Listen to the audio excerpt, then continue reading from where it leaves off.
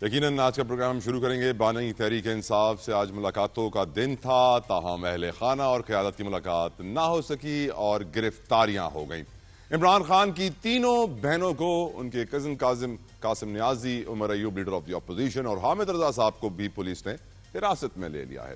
तहरीक इंसाफ एक बार फिर एस्टैब्लिशमेंट से मुज़ाकरात के लिए तैयार है, ये कहना है वजीर आला केपी के अली अमीन गंडापुर साहब का, जिनको आपने काफी आज जज्बाती अंदाज में देखा। पेशावर में दौरान गुफ्तगू उन्होंने बानी से मुलाकात का अहवाल बताते हुए कहा कि इमरान खान इदारों से मुज़ाकरात के लिए एक बार फिर आमादा हो चुके हैं। वहीं दूसरी जानिब बानी से मुलाकातों को लेकर क़यादत में कशमकश बरकरार है। वफाकी वजीर अता ताड़ का कहना है कि बानी PTI से मुलाकातें न होने की बात सियासी शोबदेबाजी है। तारीख में इतनी मुलाकातें किसी और सियासी रहनुमा की नहीं मिलती जितनी इमरान खान की हैं। जबकि सुन्नी इत्तेहाद काउंसिल के सरबराह हामिद रजा का कहना है कि इमरान खान से मिलने वाले कुछ लोग कॉम्प्रोमाइज्ड हैं। जो हम कहते हैं ना धड़ेबंदी, PTI में लॉबीज बन गई हैं, शायद ये वो मेन रीजन है। PTI के बाद ये भी आपको बता दें कि JUI ने भी माइंस एंड मिनरल बिल्स की मुखालफत कर दी है। मौलाना फजल रहमान का कहना था सूबे के वसाइल पर कोई समझौता नहीं करेंगे। मतलब दोनों पार्टियां एक पेज पर आ चुकी हैं इस प्रॉब्लम के ऊपर। बात करें अगर NFC अवार्ड की तो वजीर आजम का कहना है कि बलूचिस्तान हमारा अहम सूबा है और हमने NFC अवार्ड में इसका हिस्सा दुगना कर दिया है। वहीं KP हुकूमत ने अवार्ड के लिए वफाकी हुकूमत को खत लिख दिया है। खत में जमशुदा इलाकों के फंड्स की मंजूरी और रिलीज करने के लिए खुसूसी तौर पर इसरार किया गया है। यह भी याद रखिए कि अब अदालती मामला भी काफी संजीदा होते जा रहे हैं और काफी पेचीदा भी होते जा रहे हैं। बात करें इन सिचुएशन की तो सुप्रीम कोर्ट ने मजीद 2 नए जजेस की मंजूरी दे दी गई है।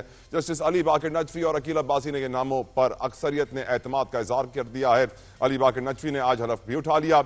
इन जजेस के शामिल होने के बाद सुप्रीम कोर्ट में जजेस की कुल तादाद 15 हो जाएगी। जरा का यह भी कहना है कि नए जजेस की तैनाती को लेकर जस्टिस मंसूर अली शाह और एक साथी जज के तहफ्फुजात भी सामने आए।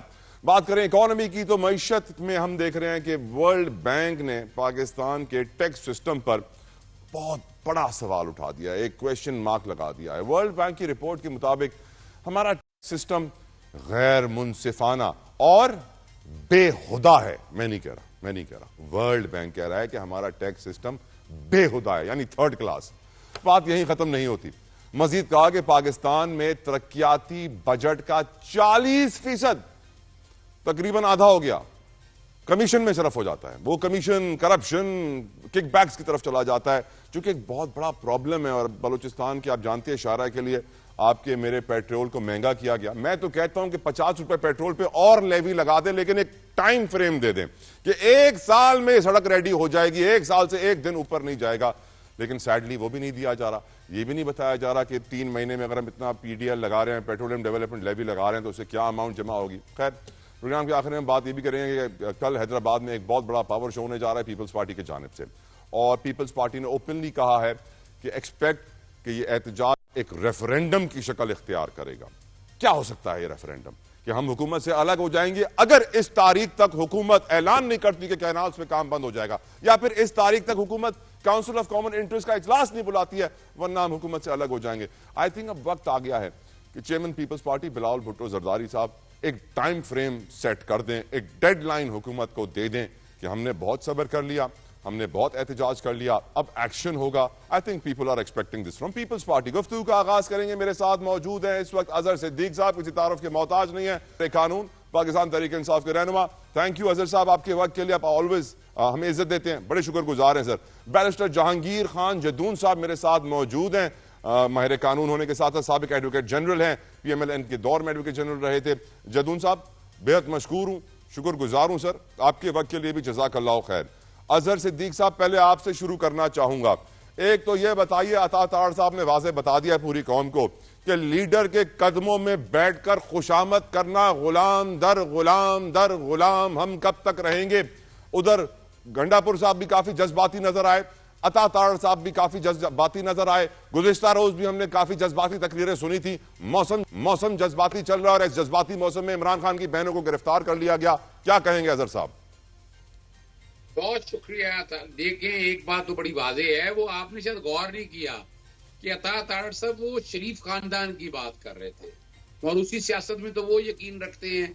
कदमों में वो लोग बैठते रहे हैं, मुलाजमीन और अर्दली इस खानदान का एक वतीरा सा चला आ रहा है, तो ये उनके मुंह से कहते अच्छी बात नहीं लगती है। वरना तो अता तारड़ साहब के, आपको पता है, रफीक तारड़ को तो हम भूले नहीं है, ना तारीख भूलेगी उनको। उनका किरदार बड़ा वादे तौर पर है। और देखिए, मैं बताऊं, मैं तो इन लोगों को सीरियस इसलिए नहीं लेता, इनको खुद ना आइन पता है ना कानून पता है। वैसे आइन और कानून का अगर पता हो तो 1000 बार बैठकर सोचें कि क्या गुफ्तगू कर रहे हैं। मिसाल के तौर पर छोटी सी बात रखें, आप बताएं, ये मुल्क पाकिस्तान है, जरा कंपेयर कर लें कि नवाज शरीफ साहब की जब मुलाकातें हुई थी 20 से 26 लोग और एंकर हजरात मिला करते थे और सुप्रीडेंट के कमरे में हुआ करते थे, इमरान खान के दौर की बातें हो रही हैं। और एक दफा छोटा सा वो क्या सियासी बात कर दी कि एसी उतार देंगे, वो इतना बात से बतंगड़ पड़ा। फिर हमने वो देखा कि जनाब वो गोलू मोलू ने वो हसन नवाज या हुसैन नवाज को नैब ने बिठाया, वो एक तस्वीर लीक की और वो तस्वीर लीक पे शोर पड़ गया। फिर हमने वो भी देखा कि जनाब मरियम सफदर जो हैं वो पेश नहीं हो सकती आईओ के सामने, चूंकि बाबरदा खातून है। फिर उसके बाद हमने हाल देख लिया, क्या हालत मौजूद है। तस्वीर का दूसरा रुख अगर आप देखें तो पिछले 3 सालों में पाकिस्तान के अंदर जितनी ह्यूमन राइट वायलेशन हुई है, और वो एक अलग बात है कि मैंने आईनी दरखास्तें दायर की थी इस्लामाबाद हाईकोर्ट में कि इमरान खान साहब का जो है ना, बैन अवी कवानीन के मुताबिक prison act, prison rules, universal declaration of human right, ICCPR, Nelson Mandela rule, इसके मुताबिक सहूलियत दी जाए। और बाकायदा मैंने कहा कमीशन बिठाएं जो जाकर देखे। बड़ा शोर डाला, पता नहीं देसी की क्या कर रहे हैं, ऐसा क्या कर रहे हैं, वो आपके सामने है सारा कुछ रिकॉर्ड के ऊपर। और कमाल की बात है और इसके अलावा एक और याद रखिएगा बात, UN working paper arbitrary detention पे वाज़े तौर पर आ गया कि इमरान खान साहब क्या ज्यादती हो रही है। फिर हमने रेजोल्यूशन भी सारे कुछ देख ली। फिर हम ये और यानी इनको भी अजहर साहब, आप जिन जो कोट कर रहे हैं, आप जिन लोगों को, जिन इदारों को, सर ये ऐसे लोग होते हैं कि जो अमेरिका में बैठे होते हैं तो ट्विटर पे लिखते हैं रिलीज इमरान खान, यहाँ आते हैं तो माइंड एंड मिनरल्स की बातें शुरू हो जाती हैं। तो प्लीज मैं नहीं समझता कि इनको ज्यादा आप वजन दें इन बातों को। अच्छा देखिए, बात ये नहीं है, बात समझनी है कि जहां कहीं भी है ये इश्यूज तो आपने छेड़ने हैं, आपने बातें सारी करनी है। अब हालात और वाकया तो मैं तो सिर्फ बताना ये चाह रहा हूँ। और मैंने एक बात बड़ा खुल के किया है कि इसमें जो सोने पे सुहागा कह रहे हैं, जो तबाही और बर्बादी की, वो 26वीं आईनी तरमीम ने, 26वीं आईनी तरमीम दरअसल PCO है, जो मॉडर्न जदीद का दौर है। यानी अगर डिक्टेटर नहीं है, और उसके आला हमने देख लिया। अदालतों में मैं आऊंगा, मैं आपसे अजहर साहब अदालतों का सवाल जरूर पूछूंगा, मैं जानता हूं माहिर कानून है, लेकिन मुझे आप ये तो बताइए कि इमरान खान की बहनें इस वक्त कहां हैं? देखिए, गिरफ्तार कर लिया उनको, अभी तक ताजा तरीन इतलात यही है। और मैं हैरान हूं गिरफ्तार किस तरह कर लिया। 144 का निफाज कहाँ है? और कमाल की बात है, अभी तक मैंने तो नहीं देखा 144 को चैलेंज किया हुआ है।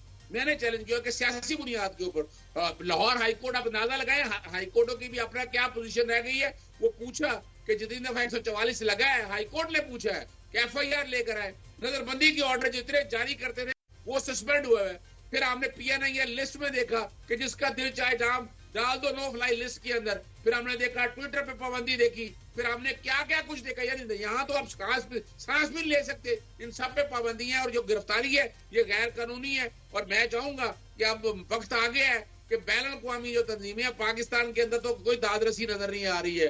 और आप मिसाल देख लेना कि चीफ जस्टिस सुप्रीम कोर्ट ने कहा अपना सलमान सफदर साहब को कि मैं ओरल ऑर्डर दे रहा हूँ, आपको मिलने देंगे। आपने देख लिया, मिलने दिया। और फिर ये देख ले फुल कोर्ट के फुल बेंच के ऑर्डर से, उसके बावजूद ये सारा कुछ हो रहा है। और वो सारे खामोशी से, कोई नहीं देख रहा, सबने आंखें बंद। सर वो कह रहे हैं तारीख में इतनी मुलाकातें किसी सियासी लीडर की नहीं हुई जितनी इमरान खान कर रहा है। सर दो सवाल ही मैं चैलेंज करता हूँ, इस बात को मैं इसको चैलेंज करता हूँ कि नवाज शरीफ की जितनी मुलाकातें हुई है इमरान खान की तो है ही नहीं। मेरी 19 सितंबर को लास्ट मुलाकात हुई है। 19 सितंबर से आज 7 महीने हो गए हैं। बार लिख चुका हूँ मुलाकात। उसके बाद खानदान की बता दें आप अंदाजा है, वो डे टू डे ट्रायल चलते थे, उन्होंने वो डे टू डे ट्रायल भी खत्म कर दिए। यानी क्या मतलब है? और पॉलिटिकल इंजीनियरिंग क्या होती है?